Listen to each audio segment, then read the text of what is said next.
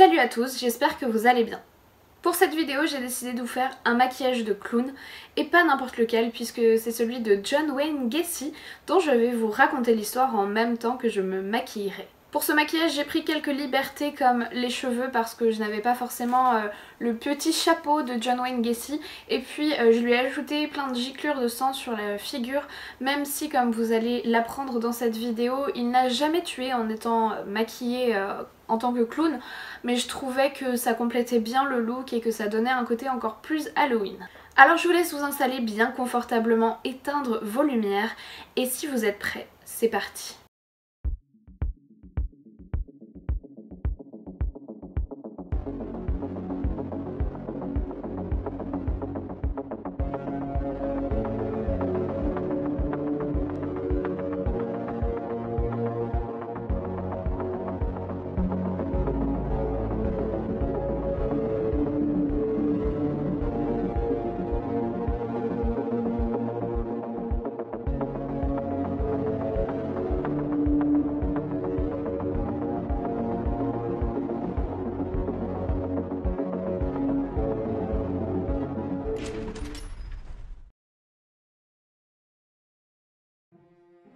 John Wayne Gacy est né le 17 mars 1942 à Chicago dans l'Illinois.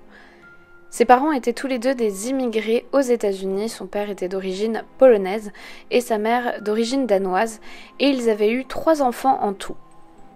Durant son enfance, John était très proche de ses 2 sœurs, Joan et Karen, ainsi que de sa mère, mais son père par contre était un alcoolique violent qui frappait sa femme et ses enfants et qui se moquait souvent de John parce qu'il était en surpoids et très souvent malade.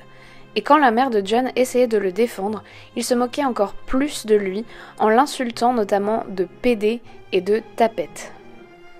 John Wayne Gacy aimait profondément son père et il cherchait par tous les moyens à obtenir son attention et sa fierté, mais il n'y arrivait jamais.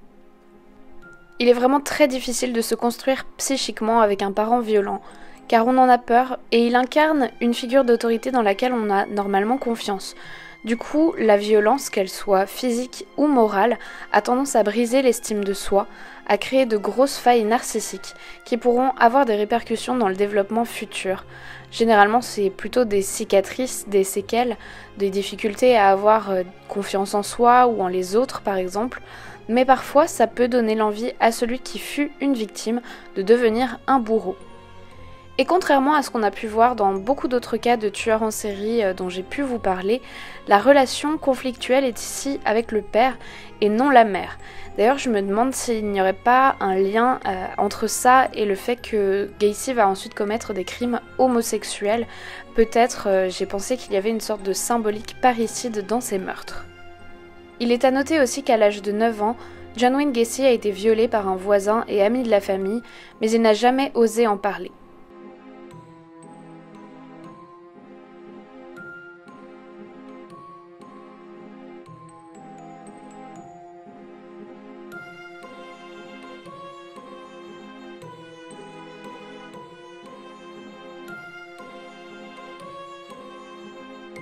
À 17 ans, John a déjà changé 4 fois de lycée sans réussir à obtenir son diplôme. Il quitte alors Chicago et part vivre à Las Vegas, où il trouve un job dans un salon funéraire. C'est à cette période qu'il découvre sa fascination et vraisemblablement son attirance pour les cadavres. Il se fait d'ailleurs virer de cet emploi quelques mois plus tard pour des actes nécrophiles. La nécrophilie traduit souvent une attirance sexuelle pour quelque chose de totalement inanimé, qui permet à la personne d'avoir un contrôle total de la situation et d'être dans une position de domination. Après cet écart, John Wayne Gacy revient à Chicago. Il fait des études en école de commerce, obtient son diplôme, puis devient un vendeur talentueux, ce qui lui permet d'évoluer et de monter en grade dans plusieurs enseignes. Il devient finalement gérant d'un magasin de vêtements pour hommes.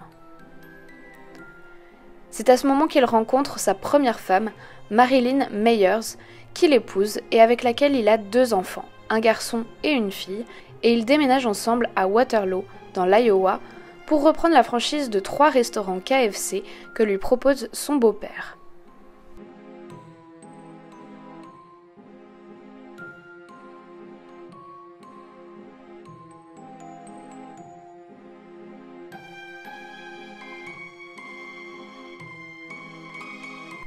En 1968, John Wayne Gacy a 26 ans et il est accusé par ses employés de tentative de viol. Le 7 novembre 1968, il plaide coupable pour toutes ces accusations et est condamné à 10 ans de prison pour sodomie. Mais une fois incarcéré, il conteste haut et fort ces accusations et clame son innocence. Il prétend qu'il est victime d'un complot politique car il était assez impliqué dans le Parti démocrate. Il réussit à convaincre le personnel de son innocence et est libéré au bout d'1 an et demi. Sa femme demande le divorce, suite à quoi Gacy, très en colère, l'a informé qu'il ne voulait plus jamais la voir, ni elle, ni les enfants, et qu'il les considérait désormais comme morts. Après ces événements, John Wayne Gacy est de retour à Chicago. Là-bas, il rencontre Carol Hoff, avec qui il se marie à l'été 1972. Il fonde une société de construction nommée PDM Contractors, dans laquelle il agressera 3 jeunes employés.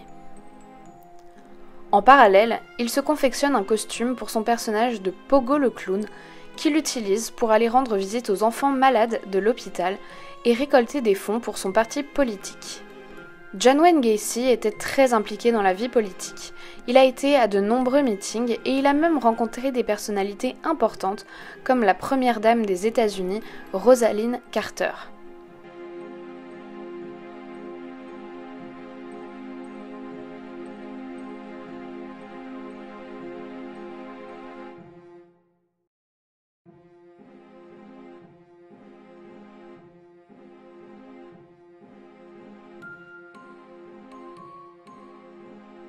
Comme sa seconde femme, Carol, avait découvert des magazines et photos d'hommes nus dans ses affaires, John Wayne Gacy lui a finalement avoué sa bisexualité, ce qu'elle a accepté, mais lorsqu'elle a découvert des vêtements d'adolescents à la maison, elle a pensé qu'il la trompait, l'a quitté et a obtenu le divorce en 1976. Son parcours de meurtrier a commencé en 1972, c'est-à-dire au moment de son second retour à Chicago après la prison.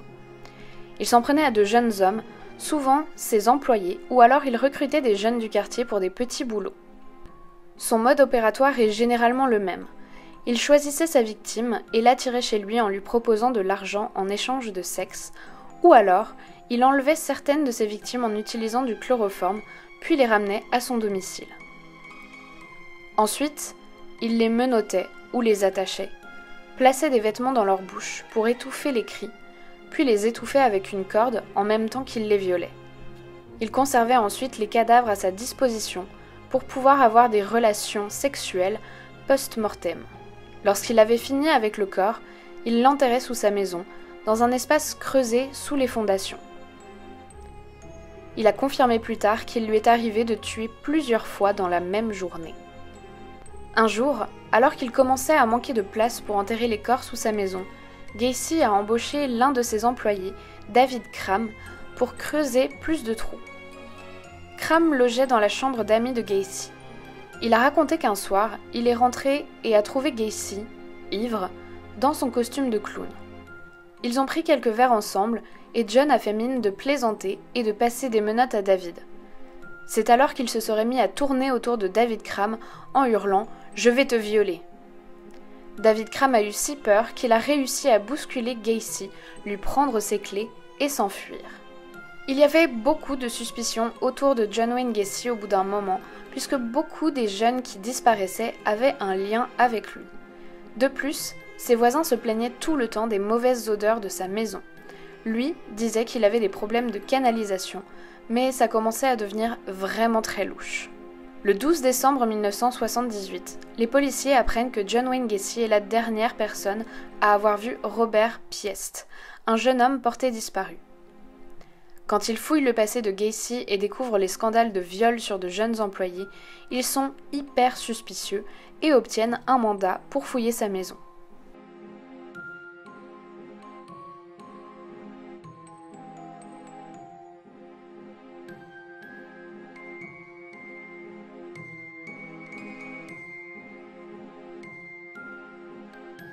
Lors de cette fouille, les inspecteurs sentent une odeur atroce qui émane d'un petit espace situé dans les fondations de la maison. Gacy indique qu'elle vient d'un problème de canalisation. N'ayant rien trouvé d'autre d'incriminant, les enquêteurs retournent dans leur bureau pour analyser les pièces qu'ils ont prélevées dans la maison. Ils réalisent rapidement qu'ils ont probablement saisi des éléments très incriminants, notamment une bague qui appartenait à un adolescent qui avait disparu depuis plus d'1 an, des menottes, des permis de conduire qui n'étaient pas à lui, des vêtements trop petits pour lui appartenir, etc. C'est suite à cette découverte que les enquêteurs obtiennent un second mandat pour retourner fouiller le domicile de Gacy. Le 22 décembre 1978, John Wayne Gacy, qui sait qu'il ne peut plus cacher la vérité, passe aux aveux. Il déclare aux enquêteurs avoir tué 33 jeunes hommes au cours des 7 dernières années et dessine une carte représentant 28 emplacements de cadavres enterrés sous sa maison et son garage. Il reconnaît avoir aussi jeté 5 cadavres de plus dans la rivière des Plaines car il n'avait plus de place sous sa maison pour les enterrer. Certaines de ces victimes ne sont toujours pas identifiées à l'heure actuelle.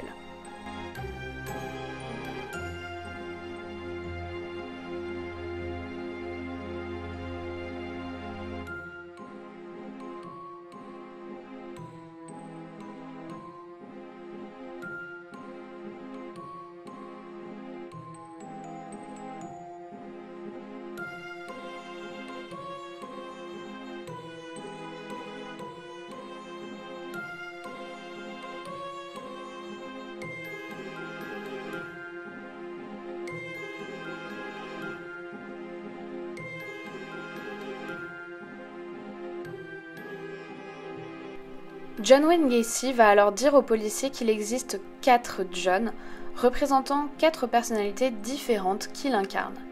Il y a John l'entrepreneur, John le clown, John le politicien, et le 4e qu'il nomme Jack Hanley, qui est le tueur. Le procès de John Wayne Gacy s'est ouvert le 6 février 1980 à Chicago et dura 5 semaines. Gacy a plaidé non coupable et sa défense a plaidé la non-responsabilité pour cause d'aliénation mentale, faisant intervenir des psychiatres qui estimaient que Gacy était hors de contrôle lorsqu'il tuait, puis qu'il redevenait sain d'esprit après les meurtres. Ils ont également voulu faire passer les meurtres pour des accidents d'asphyxie érotique ou encore pour de l'autodéfense. Durant le procès, John Wayne Gacy, plein d'humour visiblement, a dit que la seule chose dont il était coupable était de, je cite, « détenir un cimetière non déclaré ». À l'issue du procès, le jury a délibéré pendant 2 heures seulement et reconnu Gacy coupable des 33 meurtres.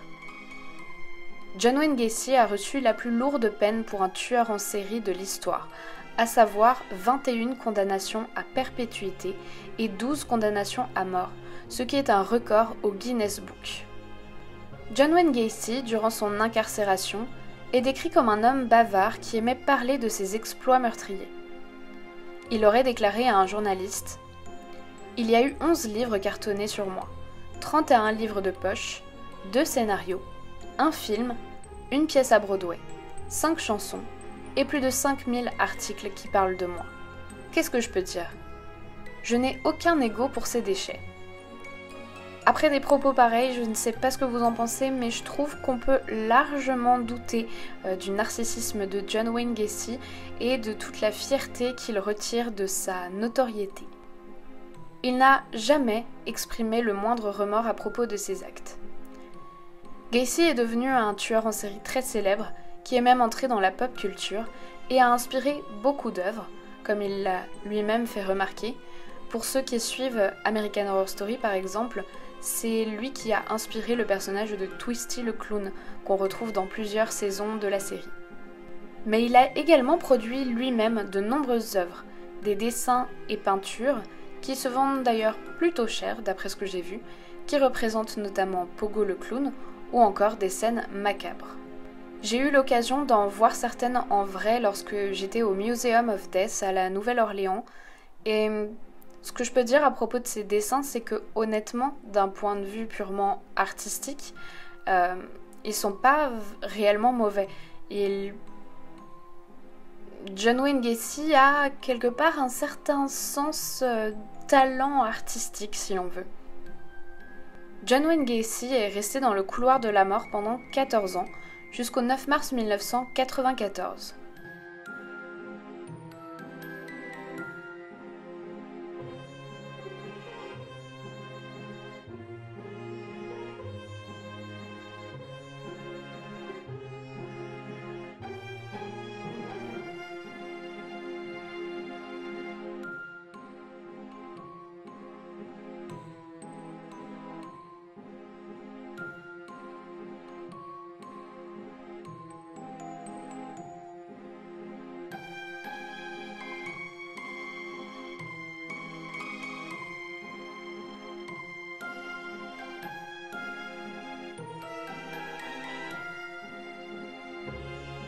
Pour son dernier repas, il prit du poulet frit, des frites, du coca et un milkshake à la fraise. Le 10 mars 1994, juste après minuit, John Wayne Gacy a été exécuté par injection létale. Ses derniers mots étaient « Kiss my ass ». Après sa mort, le cerveau de Gacy a été prélevé. Il appartient désormais au docteur Helen Morrison, qui a mené de nombreux entretiens avec Gacy et d'autres tueurs en série pour tenter de comprendre le fonctionnement cérébral des sociopathes violents. Cela dit, après analyse, aucune anomalie n'a été relevée dans son cerveau.